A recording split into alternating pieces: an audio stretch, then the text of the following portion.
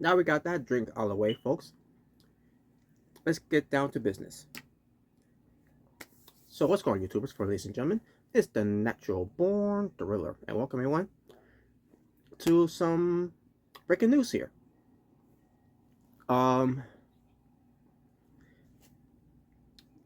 it came out of nowhere, came out of the blue, came out of left field. What came to WWE releases of 2025. Now we all know one from earlier of of the week, and that was Duke Hudson. But we have more releases, and we'll get to that when we get to it. But you already heard me talk about Duke Hudson already before. You already know the reasons why WWE felt like they had to let him go. Basically, it's just Duke Hudson life after Chase University. Chase U, that garbage piece of shit. You know, type of booking, creative, whoever have you. I don't know what they were trying to do with that, but it was not working. It never worked for me. I know it worked for Jaybird. I know he enjoys you know watching trash, and yeah, Chase University was right up there of being trash. But teach his own, right? But hey, I guess it's a teachable moment, right? But anyways, and obviously I'm kidding with Jaybird and all, but same time, um, he gets what he fucking deserves. Oh man, I'm sorry. Yeah, Jaybird, if you're seeing this, yeah, sorry. At the same time, yeah, you do deserve it. Anyways, back to Duke Hudson. Um, but yeah, Duke Hudson. Basically, there was a time where Duke Hudson couldn't be released. Even before he joined Chase University because of what they did with him before was not any good either. But at least with Chase University, he found something in Chase University in a way that I actually enjoy him and find tolerant in Chase University. To like later on, like in the tail end of him, being part of Chase University, um, I wasn't feeling it anymore. And let's be honest, I was never feeling Chase University to begin with. Never, was feeling with Chase, or Andre Chase. Well, yeah, it is Andre Chase. Was feeling that much when it came to having Rowdy Osborne a part of it. And then there was some other guy that had a while back, but he was released in 2022, which is why I do Cousin as being the replacement for that guy. We all call him Billy Gunn because he basically resembles Billy Gunn. And then he had Thea Hale. Thea Hale was the only bright, you um, person that we enjoy of of Chase University. And then you had Jesse Jane being part of it, even though she wasn't really being part of it. I don't know what was the reason of her even want to be part of that in the first place and everything. Um, my thing is that they know what to do with her, so this is the best way to do something with her. Just to advance a program with her with Thea Hale, which it did, and then the culmination was that Thea Hale got her which her revenge on Jesse Jane, whatever.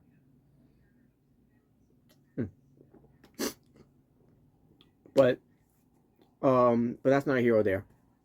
But with Duke Hudson, um, because again, Duke Hudson, was he was right up there when it comes to Thea Hale.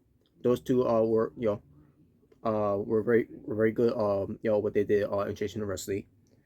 Not anything great, but yeah, it's still something that kept us in a way cared about Chase University because hell, Andre Chase was hell doing it for me.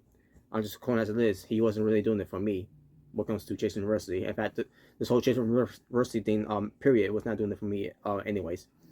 So I'm glad it was finally came to an end, especially when you had Rich Holland being part of it, where Rich Holland um was going to be the destroyer within to finally get rid of them, which thank God. But that was because again, I was never into Chase University, and I don't think even if you had them going to eventually having them go to the main roster, it was never going to translate to the main roster either way. It's just the way it is. That's why they ended on Chase University. To be honest with you, it went too long as I thought it would. Because what? It wasn't created like back in 2021 when we first got this whole 2 point shit era came about. So yeah, either way, I didn't see it go any further. I'm sure with the NXT dipshit crowds, they would have thought that would have gone further, but it was never going to translate in the main roster. Not in front of the main roster fans, not in front of the main roster viewers watching at home. It was never going to work. It was it's basically comparable to being Spirit Squad 2.0. And we all know how we felt about Spirit Squad during that time. But I digress. Blaze does know testing what the Spirit Squad was, because there was no NXT at that time. In fact, it was an OVW where Jim Cornette was involved with that. But he wasn't involved for that long either way. But it doesn't matter. Either way, but with Duke Hudson, I was thinking to myself, what are they gonna do with him after Chase University? They got has some plan for him, right? He's got the size. He's a tall dude, and he's got something there. And they didn't even want to bother because, according to them, he was not translating to his full potential, or wasn't going to wasn't developing high enough to what the level that he was going to be in. So it was something like that. I can't remember the exact reasons or why they felt like they had to let him go. And I'm hearing this, I'm like, well, of course he wasn't going to go anywhere when he got in this garbage ass Chase U stuff. Where so basically, if this Chase U was still around, that means we see something you and Duke Hudson. So basically, putting a garbage label of Chase U on Duke Hudson means we'll keep you around. But because there's no more Chase U, now Duke Hudson, we don't know what to do with you. We're sorry. Wish you well in your future endeavors.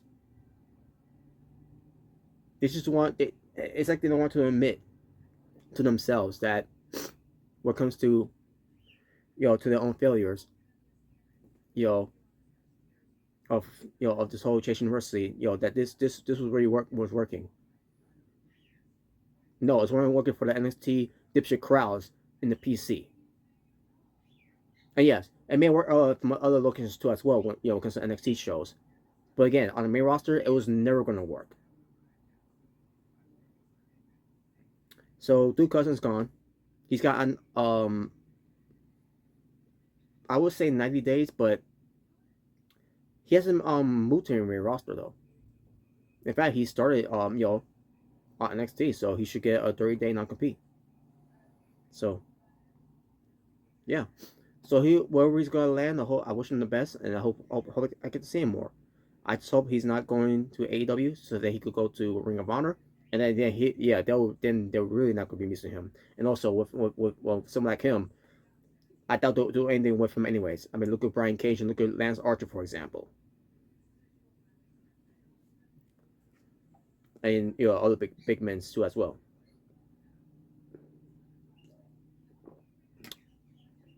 But anyways, now the funny thing about also with Duke Hudson, he was being released a while back, somewhere around January, like somewhere from early January, and then came out until this month that they let us know that Duke Hudson has been let go. So, but now with him out of the way, let's get to some other names that came out of the blue. Because at least with Duke Hudson, you know, it was just like one of those random things we don't know what to do with you, so let's get rid of you in there and know that, right? In this case, I'm like, wow, this came out of nowhere. And I'll get to one person exactly what comes to on that. This definitely came out of nowhere when I heard about this. But the first thing I want to get out of the way first, Cedric Alexander, who recently signed with WWE, like someone last year, like someone from the in the mid summers. I'm assuming. I think. I could be wrong, or like somewhere close to the end of the summer, that he signed a new contract with them, and basically with Cedric Alexander, even though he signed with them, re-signed with them, I should say, they basically done know with him. Other what being on WWE Speed, having a few matches on SmackDown until they sent back to NXT, and then for NXT they really didn't know what to do with him. They just had him paired with with other people to be a tag team with, and he was barely mentioned, barely was notable, barely was being used. So what do you do with someone like Cedric Alexander when it comes to resigning the contract? It means if you're not doing anything, that's appealing to the viewer audience and to the audience at this wherever they'll be in when it comes to NXT, because it's not just in the PC, they also go other locations as well, where it comes to you know when they feel like they got to get out of the PC. So what do you do with someone like Cedric Alexander when it comes to him not really showing what he can do, or showing to the management that you know if he's not showing us what he used to show us before, they feel like they don't have no need of him. Um, when it comes to this, there's no job security when it comes to like a Cedric Alexander. It's been proven all over the years when it comes to other wrestlers that signed with WWE. Look at Gallows and Anderson, for example. Signed them. They re-signed in 2019, only for them to be let go. On the worst days, or the worst days, to be let go. When it comes to lockdown, back in those pandemic days, they could let you go at any time they please to. Doesn't mean that they did anything wrong. It's just that when it comes to the sign, is bullshit at the end of the day. Independent contractors, that, which is not, it's not, that was never the case. I don't know if it's not the case right now, because now that this man's gone. The point is, there is no such thing as job security unless your name is Roman Reigns and Cody Rhodes, Randy Orton, whoever other names you could throw in there that are top level names. And Cedric Alexander, unfortunately, was not one of those guys that's going to be a top level name, especially, but they don't know what to do with him.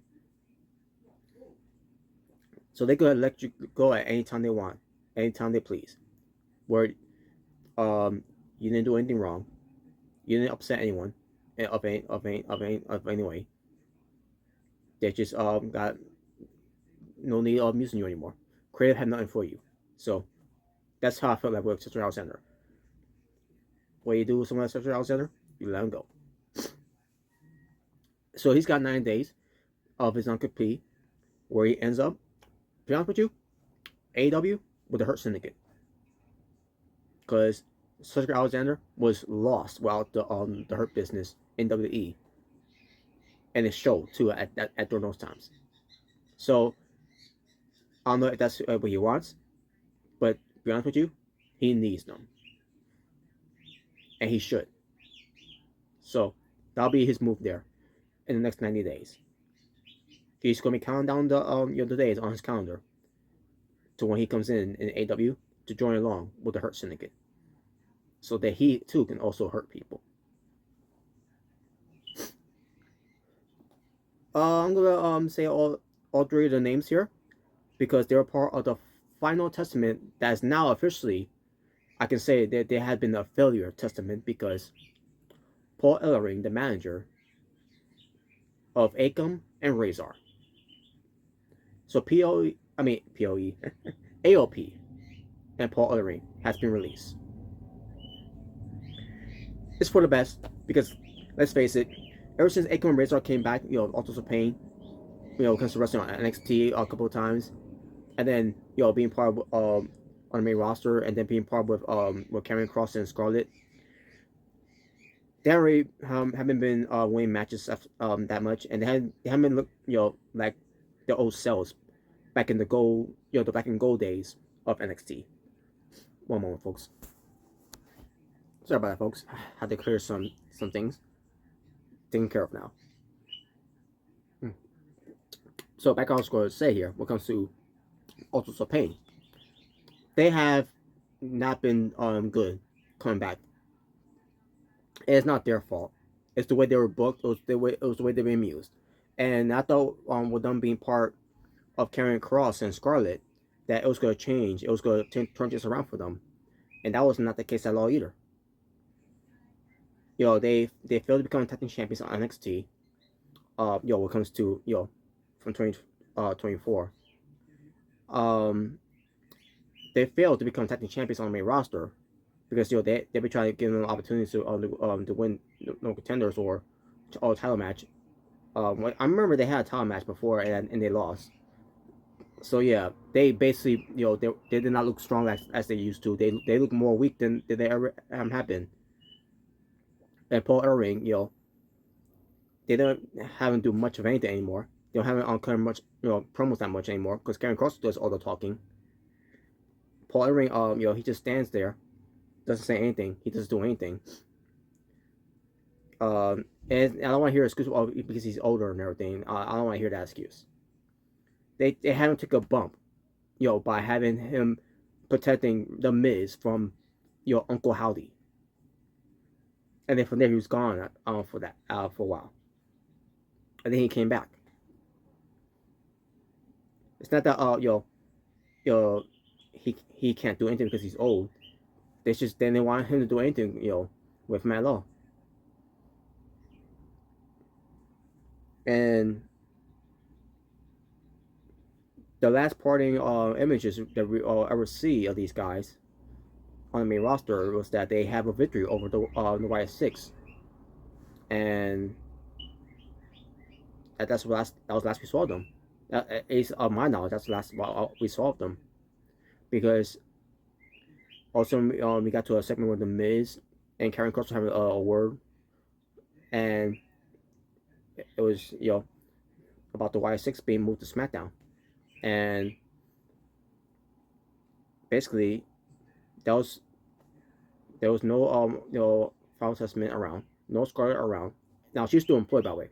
Scarlett is not going to be released. She's going she's part of the deal package with Karrion Kross, so she ain't going nowhere. But also the Pain and Paul Ellering, unfortunately, they failed on the main roster. And this is the first time that LP has failed on the main roster. Now, even though they were technically champions and they were used a lot better than they were before, I'm not saying it was any better. When it comes to how they were being used, but at least they looked in some way intimidating and more of a threat by when it comes to winning matches than they were this year, of the second run in WWE, where they haven't been winning anything as of late. So what's happening with them? I don't know.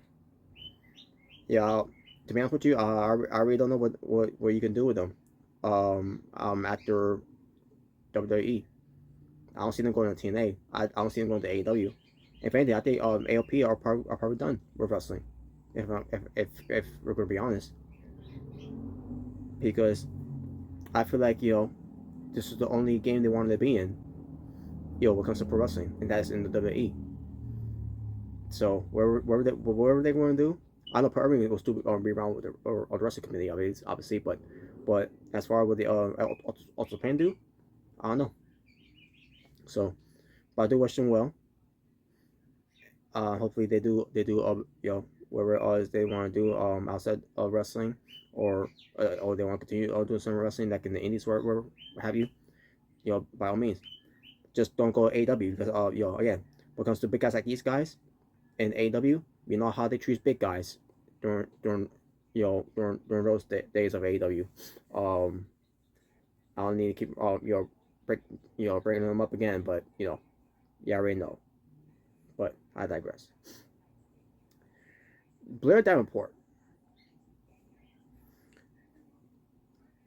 I can't remember the last time we've seen her, other than what, the tournament to crown and at the time, when it comes to crowning on the next, the first ever inaugural Women's United States Champion. And if I'm not mistaken, I think I could be wrong, but no, it was not. It was not that match. I was thinking about. I was thinking about. I was thinking about Michin, um, Jay Cargill was chance to be replaced by Last Legend, and Piper Niven. No, the match that the Davenport was involved in. It was with Bailey, BFAB, and Blair Davenport, which Bailey ends up winning, obviously. But but yeah, that was basically the last time we saw her, Blair Davenport. Can't say that they never give her chances. They have given her chances, but they barely used her. I can't remember last time they barely used her on in 2024. Sorry about that, folks. So yeah, I don't remember last time when they used her in 2024, other than her program with Naomi. That's the only thing I think of. Yeah, so they barely used her. Ever since they dropped her from NXT to go to SmackDown, and this was last year. Yeah, obviously at WrestleMania. Other than that, I don't know what else much they did with her on in 2024. Let alone this year of in fact, yeah, was not in the Royal Rumble. Um, you know, again, last time we saw her was in that that three that triple threat match. That tournament. When it comes to the Women's United States Championship.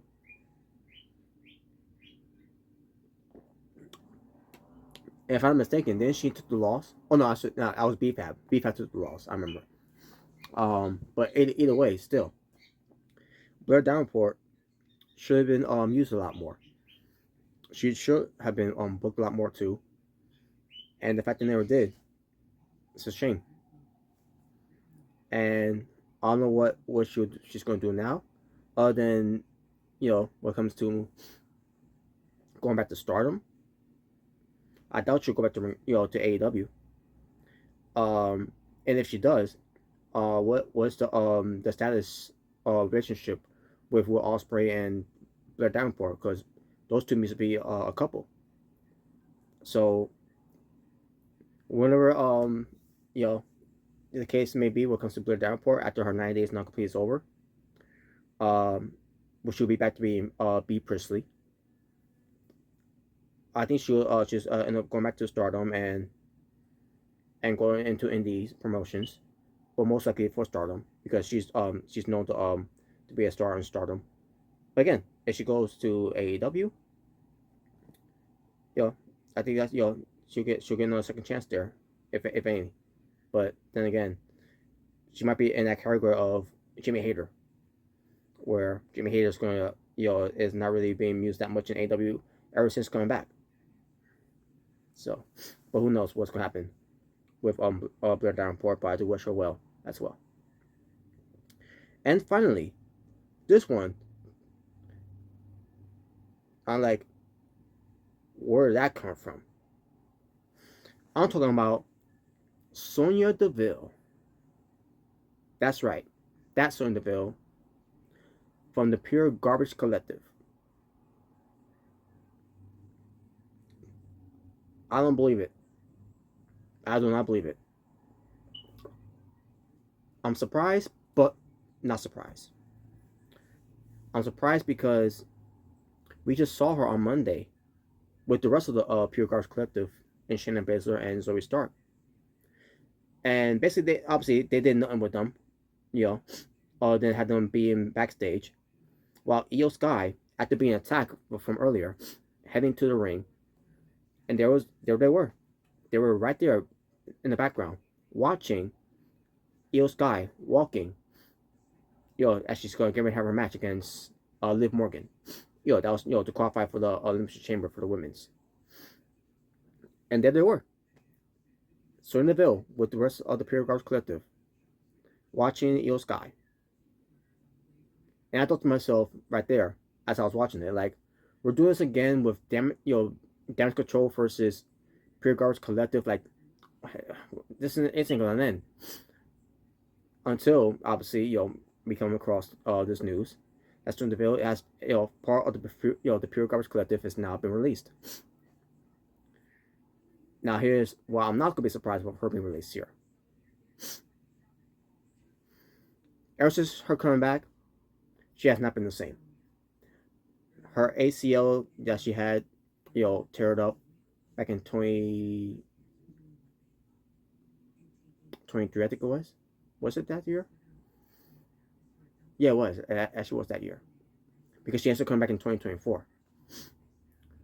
I don't remember what, like around that period of time that she came back, but point is, she was gone for that long because of a ACL tear, which they stupidly booked her to face Charlotte Flair and whoever Charlotte Flair was teaming up at the time.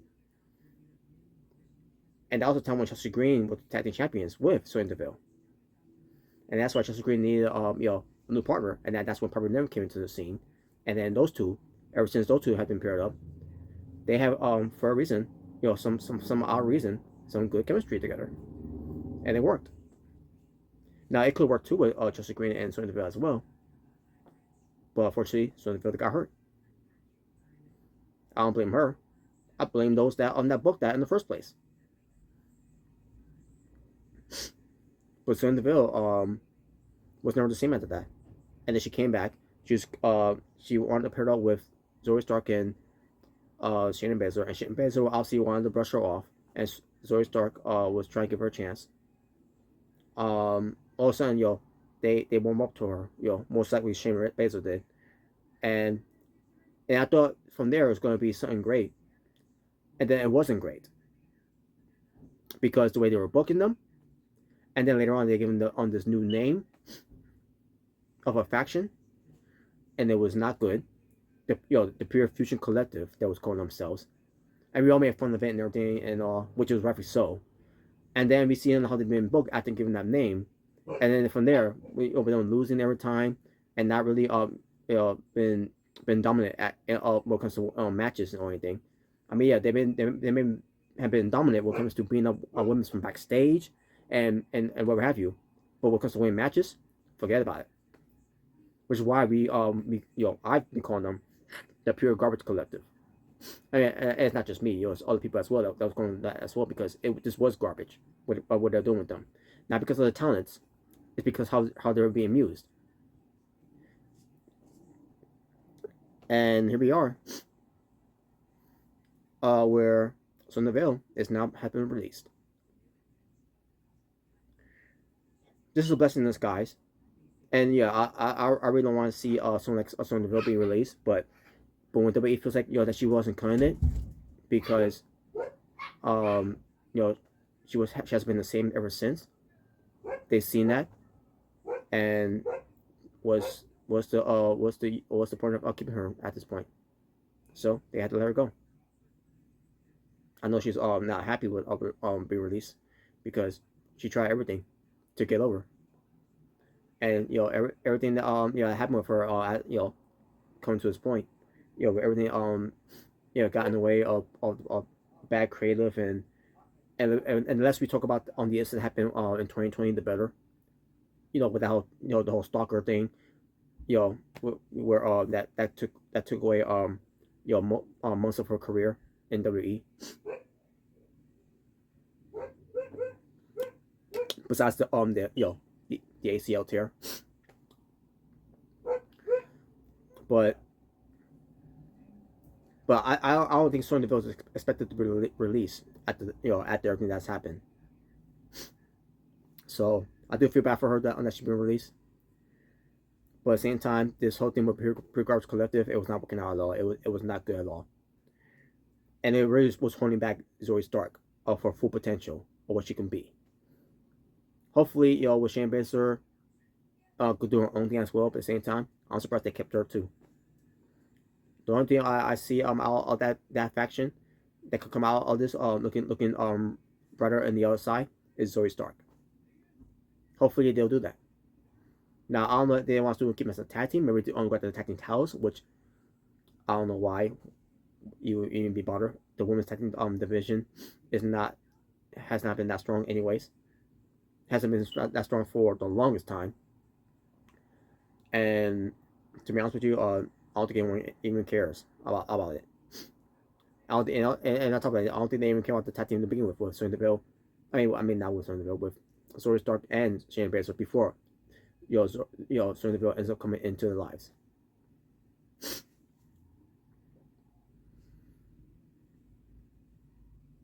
And the last party image, besides the backstage, where there was just in the background, but the last party image of them was in the Rumble where they were kicking a lot of the women's asses in the ring, but they weren't doing anything but to limit the women's until maybe Maxine Dupree.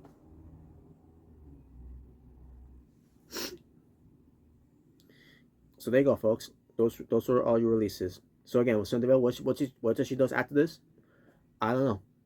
Do I see her going to AEW? Do I see her going to TNA? I think because of that, I think it's a safe place to her to go to there. That way she could still be in partners with WWE as well, because TNA and WWE are in partners. So I think that's the best solution for her. But obviously she's got a 9 days to not compete to to go through first. So we'll see what she does. I don't know what maybe she wants to go back to just doing MMA. I don't know, but it sucks that she's gone from the company for doing a whole lot of nothing since coming back. And to be honest with you folks, when it comes to her character, I never got into her character that much, because her character for that, it was just being silly with the way she talks and just the way she carries herself. To me, I think her best work was during the time when she was feuding with Mandy Rose. That's as far as I'll go for that one. And maybe the whole thing with with her being in authority with Adam Pearce for a bit, and then all of a sudden that started to get real cringe later on, especially with the whole thing with Naomi, and this ain't working out. And then again, when it comes to Deville and Chelsea Green, it was working until she got hurt. So I wish her nothing but the best too, of where she wants to do outside of WWE. Now, and that's all the list there. The only thing I'm surprised at, who hasn't been part of this list, is Giovanni Vinci. I'm surprised he's still there with the company. I thought he'd be one of those guys that's been on the list, but maybe they wait until after WrestleMania, because I don't think this is it. Just because they already announced some names here that's been breaking news so far of these releases so far, does not mean it's over. But what's the reason of the releases for these guys? I can tell you one thing. I don't think it's budget cuts, because with all the money they're making, especially with the whole Netflix deal and all the advertisements and everything else they're doing, WWE is in good hands when it comes to making a lot of money. So I doubt it's because of budget cuts that they let them go. I feel like they let them go is because obviously creators got nothing for them, and on top of that, they were not working at all. They were just not cutting the mustard, and they were not drawing. There was nothing there at the end of the day for them. So, and that's part of the reason why they let them go. Despite the fact they could have tried something with Duke Hudson, but I guess I guess that's too much to ask for someone from NXT. So